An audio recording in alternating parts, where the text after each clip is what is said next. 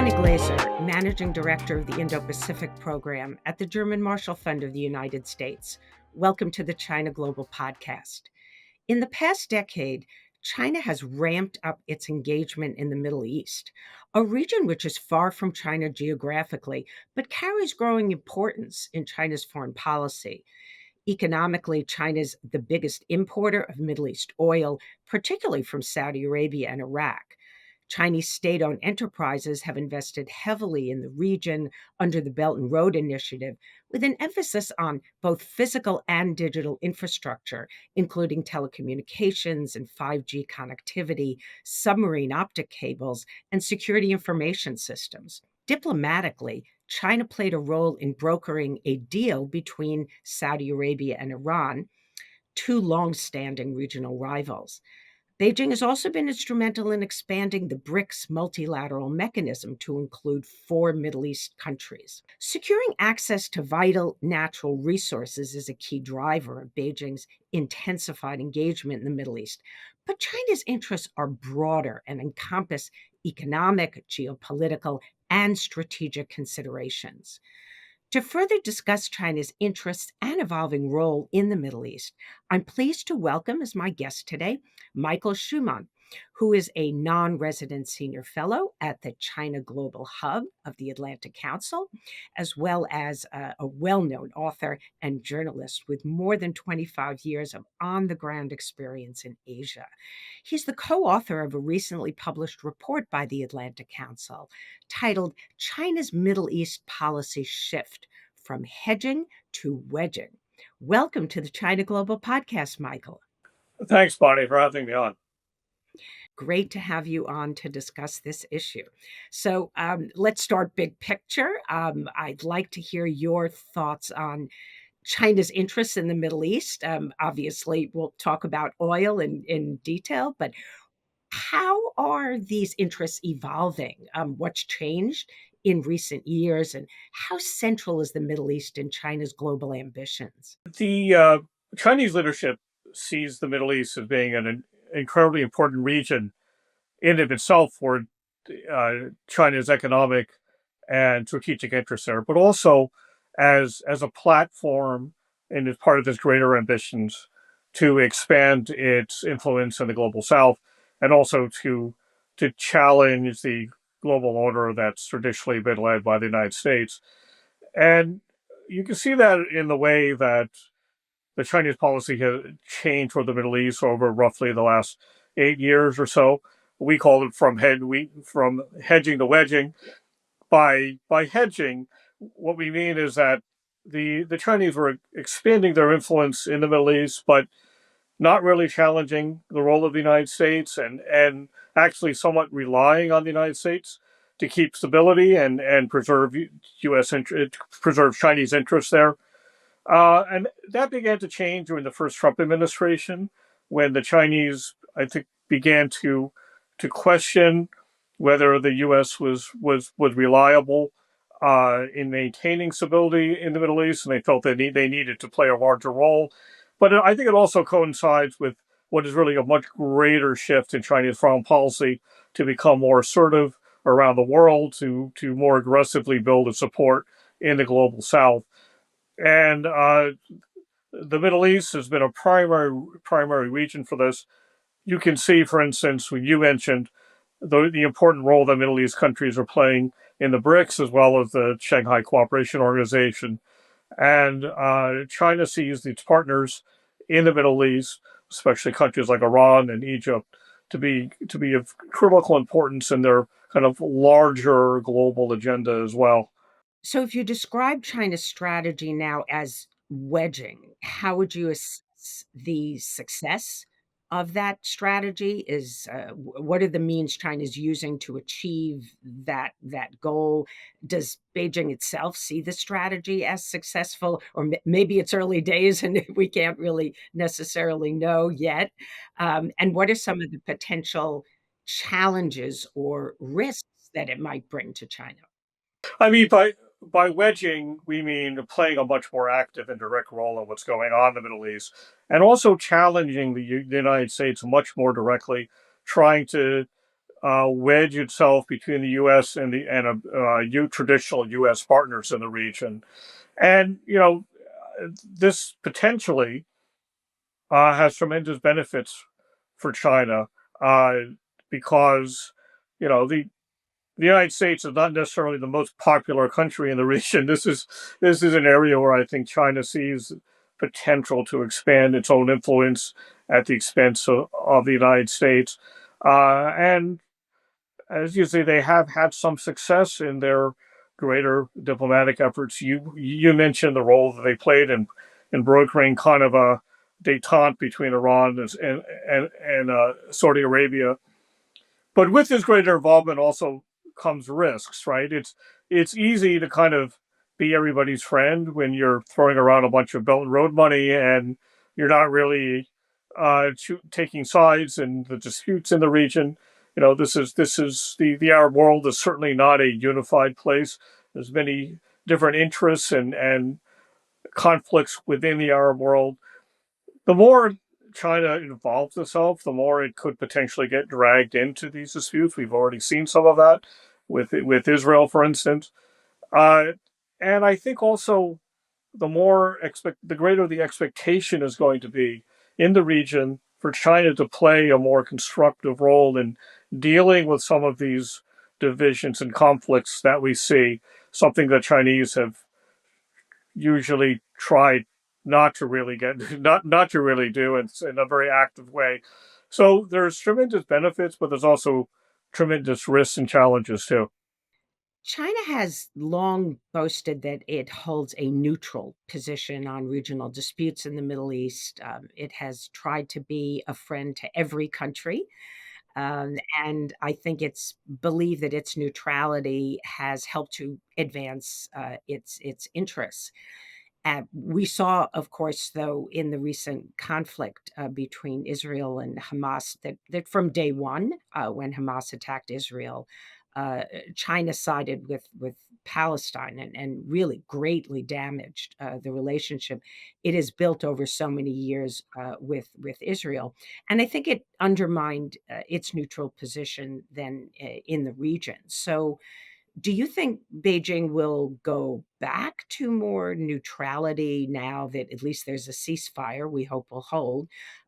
Will Beijing main will it return to this approach? Do you foresee that China will now take on a fundamentally different approach going forward? The Chinese approach to the war in Gaza, I think, kind of typifies this more active role that the Chinese have been taking in the region.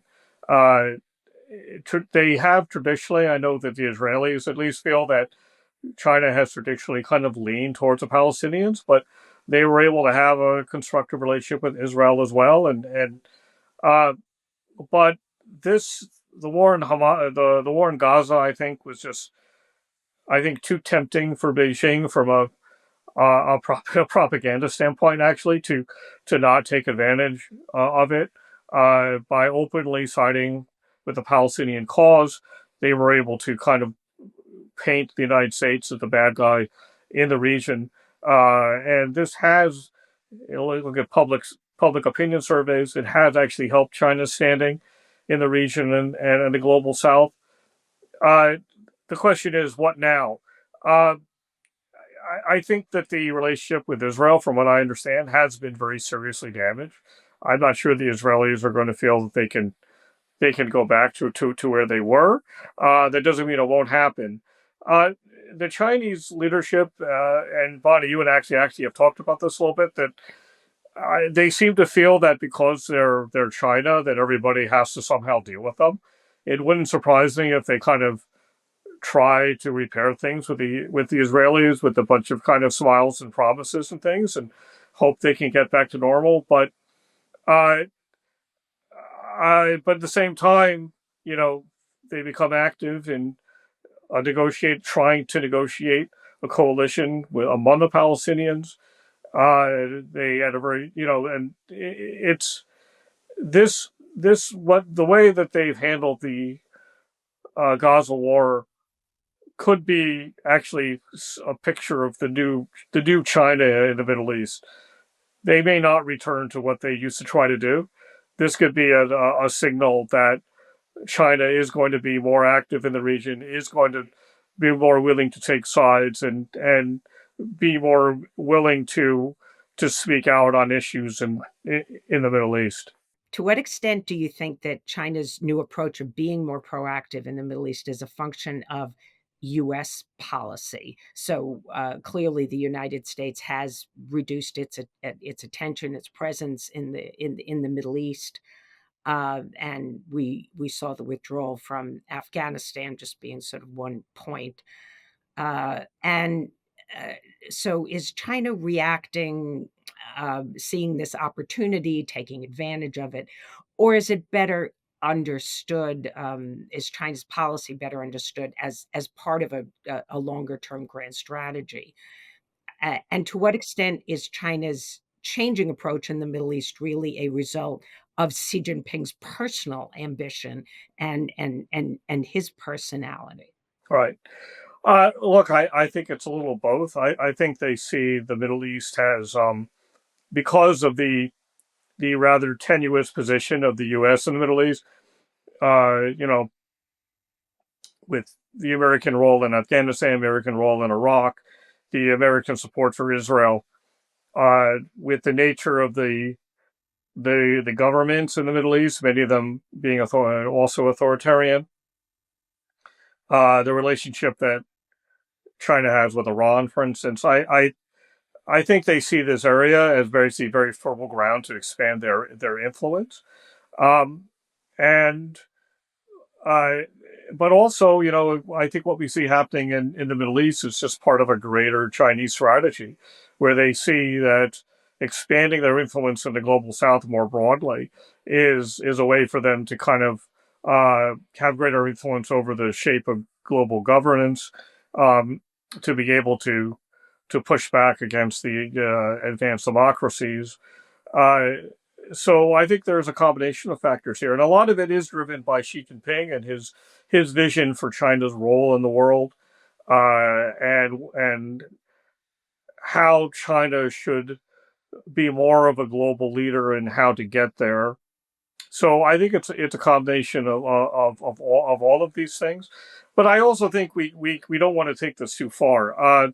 There's China is more active in the region, but it also still somewhat lacks the capacity that the U.S. does in the region. It doesn't really have, for example, a significant military presence. That may be changing, but to a great degree, it can't necessarily protect its own interests there, and it still has limited diplomatic capability. I mean, with the Gaza war, for instance, the Chinese made a lot of noise, but it's not like we saw Wang Yi, the Chinese foreign minister, trying to negotiate between the parties to achieve some kind of settlement or ceasefire. That was actually still Washington.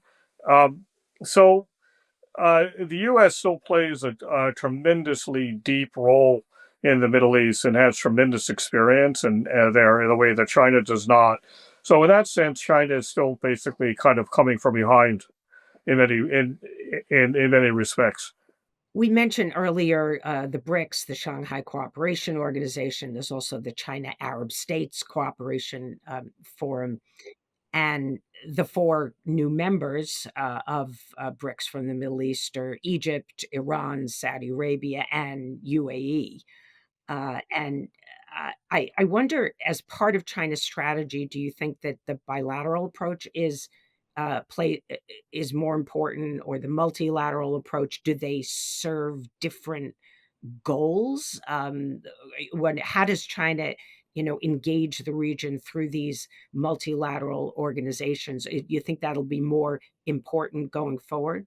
I think we can see by that how the Chinese strategically link their bilateral and multilateral relationships, right? So they look at the four countries, the Middle East countries that you just mentioned that joined the BRICS, right? Two of them have very close local relationships with China, Iran, and Egypt. Um, and the other two are countries, Saudi Arabia and the UAE, that the Chinese are very, very, very actively trying to strengthen relationships with both of them, economically and diplomatically. I think the Chinese see those countries as important business partners actually as well, a potential source of capital since you're seeing foreign investment decline in China. They're looking for new sources of investment, uh, and so it doesn't. Looking at that, it doesn't surprise at all that these are the four countries that ended up in this first major BRICS expansion. I think this is all connected. Similarly, with the Shanghai Cooperation Organization, where the Chinese also invited Iran and I believe Saudi Arabia actually too. So you see the same names coming up in these multilateral forums from the Middle East that China plays a very large role in, and that I think that's how that is the Chinese strategy to strengthen their bilateral relationships and then leverage those on a multilateral basis to try to expand their power on a global basis. I want to dig into the energy piece a bit because we know China is the biggest importer of oil from the Middle East, and the Middle East accounts for 50% of China's oil imports. And Russia, of course, has now surpassed Saudi Arabia, now the biggest oil exporter to China. Um, but at the same time, I think that China's imports overall of oil are are probably going to continue to decline. And we've seen as the US imported less oil from the Middle East, that led to perhaps was one of the drivers of the United States attaching less importance to the Middle East. So, do you think that this will affect China's approach going forward? That right now you see the Middle East becoming more important to China, but how does the energy equation influence China's approach to the Middle East now and like looking out over the next maybe 5 to 10 years? That's a really interesting question because I think it's pretty clear that one of the motivations for China to having a deeper relationship with Russia is to get secure sources of energy. I think there was concern from a strategic standpoint of being so reliant on energy sources from the Middle East, and especially from some countries that are traditionally close U.S. partners, and also just from a military standpoint, can those flows of energy be cut off by the U.S. Navy somehow? So I think getting secure sources from Russia across the border, I think is a very big part of China's interest in developing that deeper partnership with Russia. Uh, and and what is that? So that should mean going forward, and of course, China is also going through an energy transition where they want to move into more sustainable energy. The question is, what does that mean for the relationship with the Middle East? It's hard to say because at one point, as the energy may be becoming less important to China, uh, Chinese business continues to expand in the region. We look at what's happening with like Chinese EVs uh, in the region. I think they see this, especially the Saudis, as potentially important investment partners. Uh, they see the countries as the Middle East as potential markets for Chinese technology as well. So this is becoming an increasingly complex economic relationship in many ways as well. And in that sense, this is, I think, true for the flip side as well, right? Because the countries in the Middle East that are dependent on energy exports actually want to diversify as well. And I think they're looking to China and Chinese investment as a way of achieving that. So this economic relationship between the Middle East and China, which has been very, very, very energy focused, I think is in a process of changing in a way that could keep the Middle East of significant economic importance to China, and therefore of significant strategic importance as well. So, what does China's growing presence and influence in the Middle East mean for the United States? Do you think that its growing involvement poses threats to the U.S. interests in the region? If so, how? And I'm really interested in how you think the Trump factor is going to impact China's approach to the Middle East. Uh, yeah, I mean, you're getting into the question of what kind of power does China want to be in the Middle East, and that we sort of don't know yet. I know people in the region, uh, generally, very generally speaking, of course, see China as a great alternative to have in the region, alternative sorts of investment, and an alternative diplomatic partner to the U.S. and Europe. In that way, China is incredibly welcome. I think that they see China uh, as a potential also stabilizing force in many ways. China does have relationships with, you know, with more or less all the countries, depending even countries that don't necessarily care for each other a whole lot. The Chinese have relationships with them, and that you saw that play out in the role that they played in the negotiations between Iran and Saudi Arabia. So there are potential benefits to having China in the region as well. Um, but when you see how what they've actually done in the last couple of years, uh, they also seem to be willing to accept a certain amount of instability in the region. When you look at how they handled the Gaza crisis, they kind of capitalize on it for the propaganda value and attack the United States, but they didn't really roll up their sleeves and try to bring about a serious resolution. They didn't come at the problem in any kind of creative ways, even though they do have relationships with the different partners. You could also see that the way they didn't cooperate with the U.S. in the Red Sea shipping crisis with the Houthis, which I think certain countries in the Middle East were not happy about. So they were willing to kind of stand back and let that turmoil take place as well, because it also undermined the United States in the region. So uh, in that sense, it seems like so far they've been choosing their geopolitical competition with the United States uh, over playing a very constructive role in the region in terms of trying to using their influence to try to deal with and resolve these crises. And the question is that going to continue going forward? Are the countries in the region going to begin to look to China and say, no, you can't do, hey, if you want to be a player here, you need to be more involved in a more constructive way in dealing with these issues. Uh, so it's not really clear what role China is going to play in the region. When you look at Donald Trump, no, I think of the many problems that Trump is now bringing to U.S. foreign policy, I think his overall withdrawal from U.S. leadership around the world is opening up opportunities for China in the Middle East and elsewhere to expand Chinese influence. If our partners don't think the U.S. is going to be there anymore as um, a reliable stakeholder, then they're incentivized to come to their own accommodations with China.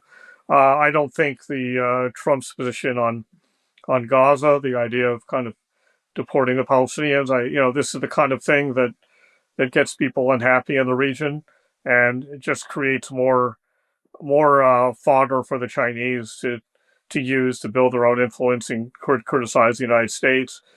So I think that Trump administration may eventually want to kind of take a harder stand against China if that's where it's going. But at the same time, they're also kind of undermining that effort by opening up all the doors for China to expand its influence. Do you think there are limits to what Beijing is likely to do in the Middle East? Things that they will avoid doing in the future. I mean, with the Chinese often describe themselves in of course ways of saying they're a peace-loving power. They behave differently than the United States. They don't engage in hegemony, whatever nice descriptors that they use. Um, but it is true that in some regions of the world they do behave very differently. So, what do you think they will avoid doing? What will they What will they focus on doing in the Middle East to advance their interests? I think what they would like to focus on doing is building their economic and diplomatic influence with as many parties in the region as they can, to pull traditional U.S. partners away from the U.S. and more into China's orbit. I think they would like to avoid getting dragged into regional disputes if they can, because as you said at the top, they do like to try to be everybody's friend, and that's a big part of their foreign policy message. Is we don't take sides; we're everybody's friend. But that's, well, first of all, that we've seen in the with the Israel Hamas conflict that's sort of not true. We saw it with the Houthi crisis. That's also sort of not true. So I think the issue is that the more they become involved, the more diplomatic effort that they put into the region, uh, the greater potential they have to get dragged into conflicts and situations that they sort of don't want to be in. And then what does that mean? We've been talking with Michael Schuman, who's a non resident senior fellow at the Global China Hub of the Atlantic Council. And he is co author of a recently published report, which we've been discussing, which is on the Atlantic Council website, and it's titled China's Middle East Policy Shift from Hedging to Wedging. Thanks so much for joining us, Michael. Thanks, Bonnie.